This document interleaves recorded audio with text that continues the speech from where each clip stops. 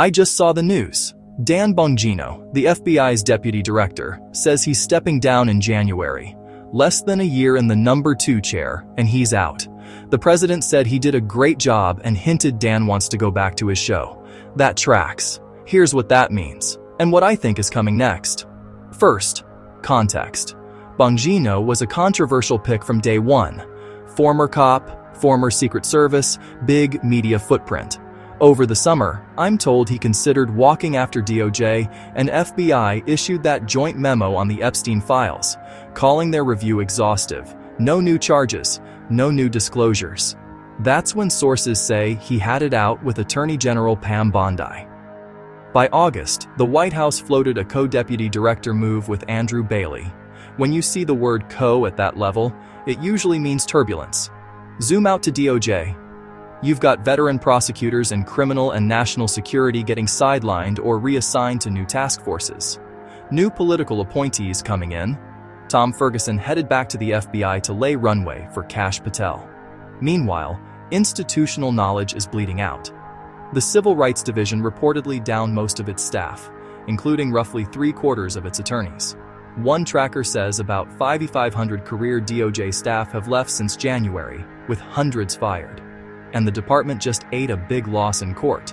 Cases against high-profile targets tossed because the prosecutor was ruled illegally appointed. That's not just a bad day. That's a systems failure. Layer on top, a playbook to centralize political control.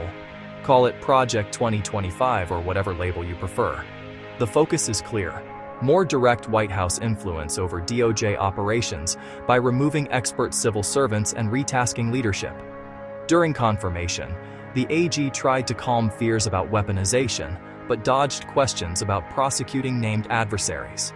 2 executive orders are already on the books, tasking investigations of the previous administration.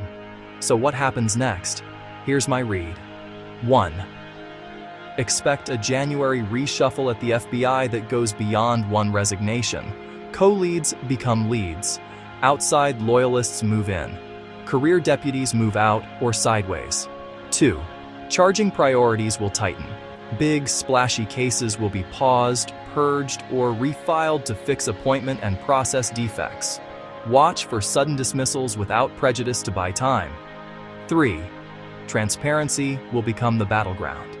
I anticipate selective document releases to justify personnel moves and tighter controls on FOIA and leaks to starve counter-narratives. 4. For January 6th, defendants and investigations tied to that era, I expect audits of predicate decisions, revised plea guidance, and possible sentence review task forces, framed as restoring fairness. Some cases could be rescoped, others consolidated. 5. Civil rights and national security will be repurposed. Fewer pattern and practice cases, more focus on border, extraditions, and domestic intel coordination. 6. Leadership risk. Rapid turnover invites mistakes. If appointments or delegations aren't airtight, more prosecutions get tossed. That's the Achilles heel. Bottom line, Bongino's exit isn't the story. It's the siren. The real story is a January DOJ and FBI overhaul that accelerates consolidation of power, narrows the mission set, and tests the edges of independence. If you work inside the system, document everything. If you're on the outside, expect noise then velocity. And if you've got a case in the pipeline, timing just became strategy. I'll keep you posted as the pieces move. Stay sharp.